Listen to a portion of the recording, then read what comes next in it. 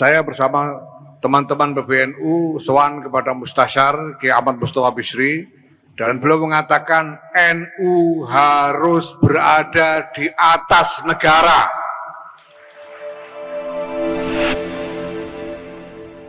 Assalamualaikum warahmatullahi wabarakatuh. Alhamdulillah, syukurillah, wassalatu wassalamu ala rasulillah Sayyidina Maulana Muhammad ibn Abdullah wa ala alihi wa sahbihi wa mawala.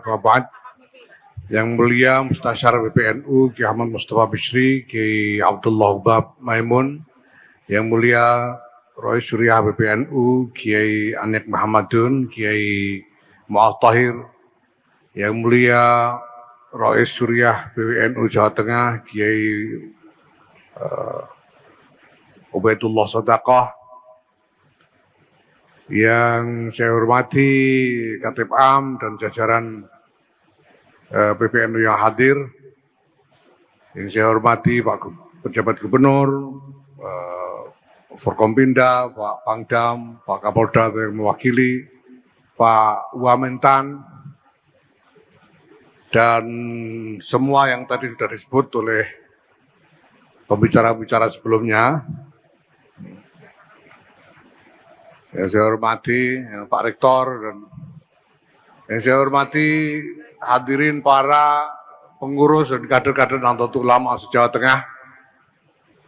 Alhamdulillah, saya ingin menyebut atau menegaskan satu yang istimewa ini, seorang wakil Rois Suriah PBNU Jawa Tengah yang satu-satunya yang kendel, Kiai Halwani. Ya, semoga semakin wani beliau.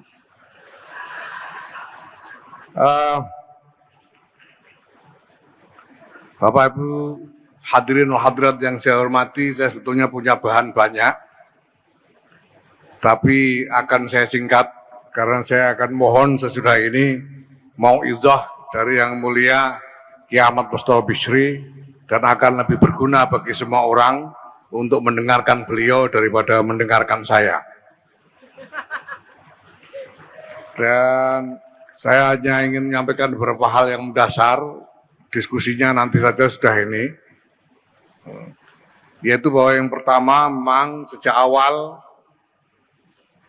saya bersama teman-teman PBNU telah mencanangkan agenda-agenda strategis yang sangat mendasar, yang kalau disarikan itu mencakup dua matra agenda besar, yaitu repositioning dan konsolidasi. Repositioning itu artinya menata kembali kedudukan NU. Baik kedudukan NU sebagai satu kesatuan di tengah berbagai macam elemen masyarakat yang lain, maupun kedudukan dari berbagai macam komponen di dalam NU itu sendiri satu sama lain. Saya bersama teman-teman PBNU sowan kepada Mustasyar Kiai Ahmad Mustafa Bisri, dan mohon pesan beliau, wasiat beliau kepada kami, dan beliau mengatakan NU harus berada di atas negara. Ini pesan dari Mustasyar PBNU, dan itu artinya bahwa NU harus mendudukkan kepentingannya, ya, mengatasi berbagai macam kepentingan parsial yang ada di negara ini, supaya NU mampu berkontribusi untuk terus menyangga keutuhan bangsa dan negara ini. Ya. Jadi di bawah negara saja nggak boleh, apalagi cuma di bawah partai, tidak boleh. Nah, ini penting untuk dipahami, dan kemudian juga kita akan mata ulang juga komponen, karena di NU ini ada banyak komponen, ada struktur NU, ada lembaga-lembaga, ada banom-banom, dan lain sebagainya. Ini harus kita tata ulang. Kemudian kita juga melakukan konsolidasi dengan tiga matra utama, yaitu yang pertama matra tata kelola organisasi, yang menyangkut berbagai macam mekanisme, regulasi, prosedur-prosedur dalam pembuatan keputusan, dan juga metode atau model administrasi. 2 hari yang lalu tanggal 1 Agustus kami meluncurkan platform digital untuk persuratan NU. Jadi PBNU ini sedang membangun satu platform digital yang akan menjadi platform raksasa untuk semua urusan terkait dengan NU. Semuanya akan ditampung dalam satu platform digital. Platform digital itu pokoknya yang nyunyuk HP itu loh, platform digital itu. Ya.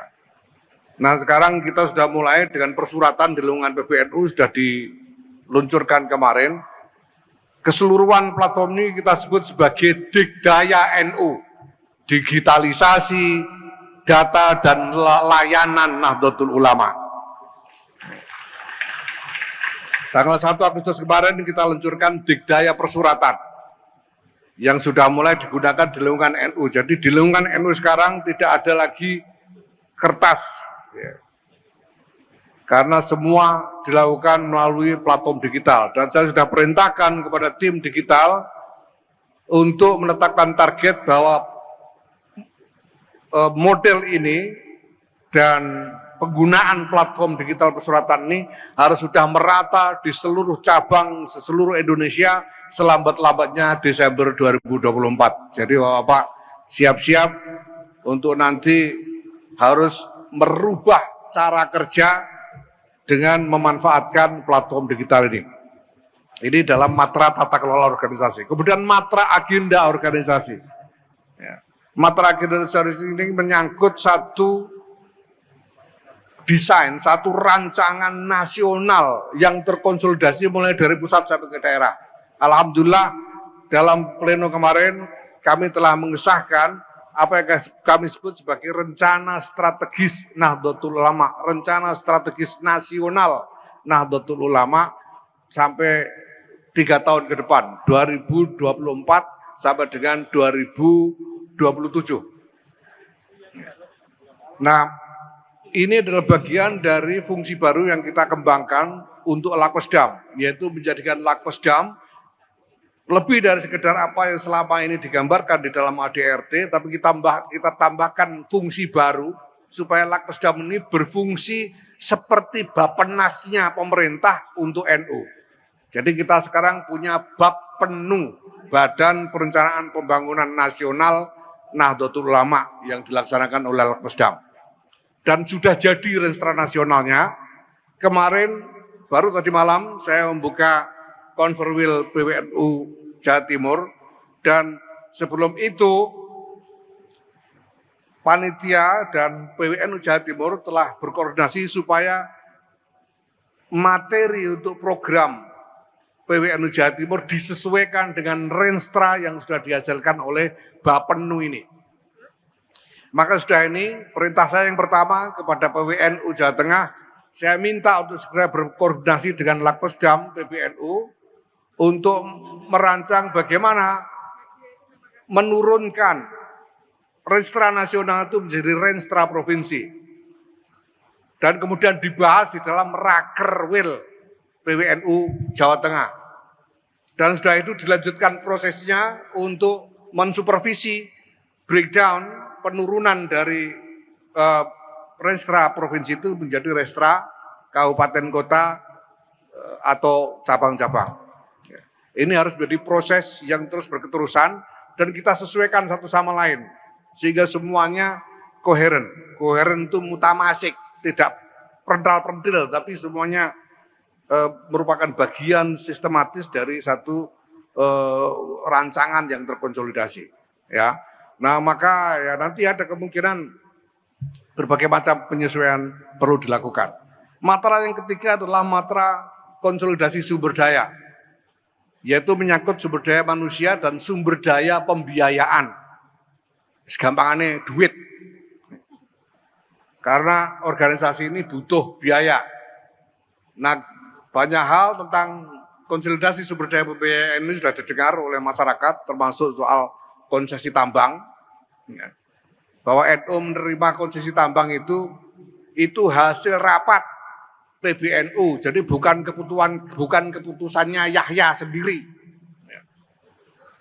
Itu hasil rapat PBNU. Ya. Nah kalau tidak setuju, sampean nanti muktamar sampean ganti PBNU-nya, suruh PBNU yang baru mengembalikan konsesinya. Ini sudah hasil rapat, kita akan kerjakan, kita sudah proses perizinannya, insya Allah mudah-mudahan dalam waktu dekat kita sudah bisa menerima hasilnya. Ya, dengan tentu saja berbagai macam norma-norma yang sudah ditetapkan di dalam tata cara pengelolaan itu sendiri. Nah, dalam sumber daya manusia kita sudah bangun sistem pendidikan kaderisasi berjenjang. Dan yang paling puncak ini, alhamdulillah dalam pleno kemarin sudah kita tetapkan desain untuk Akademi Kepemimpinan Nasional NU. Yang ini dibuka untuk siapa saja yang sudah lulus PMKNU. Harus lulus PMKNU dulu baru bisa ikut. Dan nanti akan diseleksi dengan standar internasional. Karena kita kembangkan program ini dengan kerjasama jaringan internasional. Maka nanti akan ada tes misalnya persyaratan bagi peserta KNNU TOEFL harus 650 bahasa Inggris itu. 660 itu satu orang ya, enggak boleh kembulan. TOEFL 650. Ya. Dan diutamakan bisa juga punya kapasitas berbahasa Arab.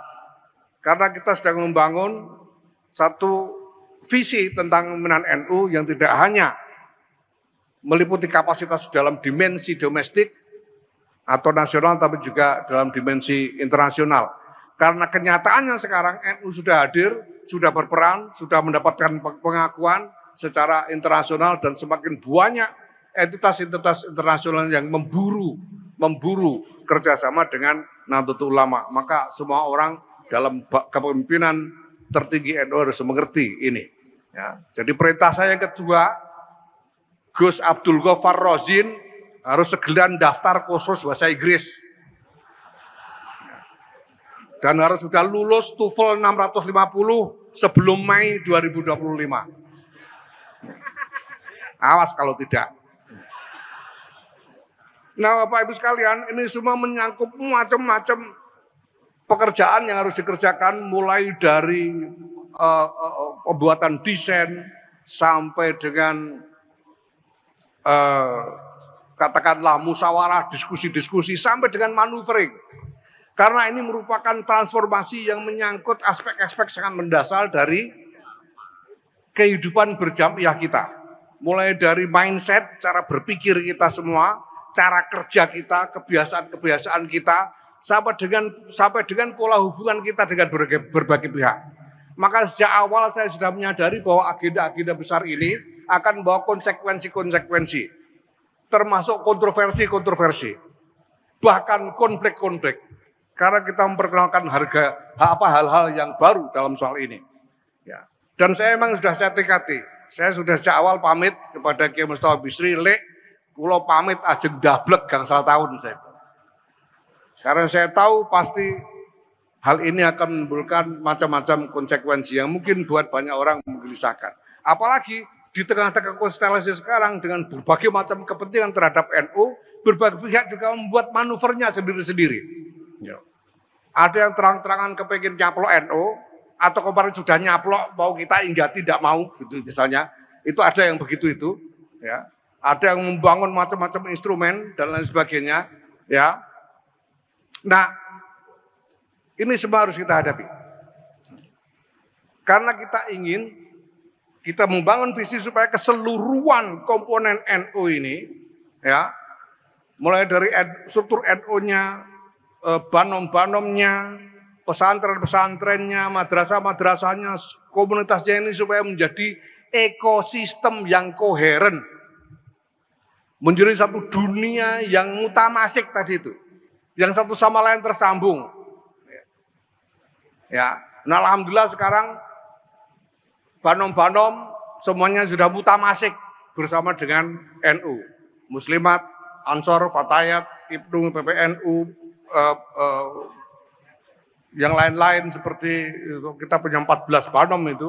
Alhamdulillah semua, hampir semua sudah mutamasik dengan NU. Ada yang belum, itu nanti kita minta bantuan Kiai Khalwani untuk membangun koherensinya ini. Nah, kita inginkan supaya ke depan nanti NU bisa bergerak sebagai satu kesatuan betul, sebagaimana yang secara sangat eksplisit ditegaskan oleh Hadratus Syekh Muhammad Hasyim Asy'ari di dalam Qotibah Qanun Asasinya. Nah, tapi dalam proses itu saya maklumi ketika kemudian ada kontroversi, ada pertentangan macam-macam karena warga ini juga isinya macam-macam. Tapi saya tidak berkecil hati, orang NU itu bisa berbeda sampai begitu keras, tapi tidak akan lepas NU-nya sampai kapanpun. Asal tidak ketemenan, asal tidak keterusan. Maka boleh kita ini saling berbeda, tapi jangan keterusan. Jangan memperturutkan impuls atau nafsu untuk saling mencaci maki. Kalau sampean kepengen mencaci maki siapapun, lebih baik sampean arahkan ke saya aja udah. Itu yang pro Ba'alwi mau nyaci maki, yang anti caci maki saya saja. Yang anti Ba'alwi mau nyaci maki, yang pro Ba'alwi saya aja caci maki sudah. Sebab kalau sampean mencaci maki sama sampean, itu nanti balas-balasan mangkel nggak selesai-selesai. Kalau sampean caci maki saya nyatakan saya tidak akan balas. Jadi saya sampai tidak akan tambah mangkelnya. Nah ini semua saya harapkan ya apa boleh buat. Karena resiko yang memang sudah kita perkirakan sejak awal akan banyak hal nanti seperti ini berkembang. Tapi apa boleh buat. Dan ya kita semua bersadar kepada Allah Subhanahu wa taala, mudah-mudahan semua ini bisa kita lewati dengan baik dan hal-hal baik yang menjadi maksud kita, maksud baik kita semuanya bisa tercapai dengan sebaik-baiknya. La haula wala quwata illa billahil aliyil azim. Wallahul muwaffiq ila aqwamit thoriq. Wassalamualaikum warahmatullahi wabarakatuh.